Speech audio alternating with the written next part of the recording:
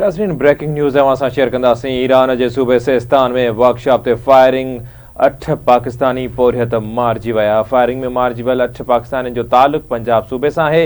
ईरानी media जो चवण है बहावलपुर वासी मकतूल महरस्तान में वर्कशॉप में गाड़ियों ठाहिण जो कम कंदा हुआ।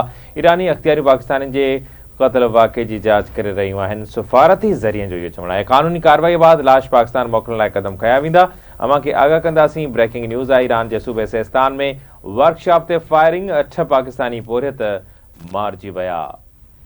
एक भेरो ॿीहर ब्रेकिंग न्यूज़ असां शेयर कंदासीं। फायरिंग में मारिजी वियल 8 पाकिस्तानी जो ताल्लुक पंजाब सूबे से है। बहावलपुर वासी मकतूल महरस्तान में वर्कशॉप में गाड़ियों ठाहिण जो कम कंदा हुआ। ईरानी अख्तियारियूं पाकिस्तानियुनि जे क़त्ल वाक़े जी जांच करे रहियूं आहिनि।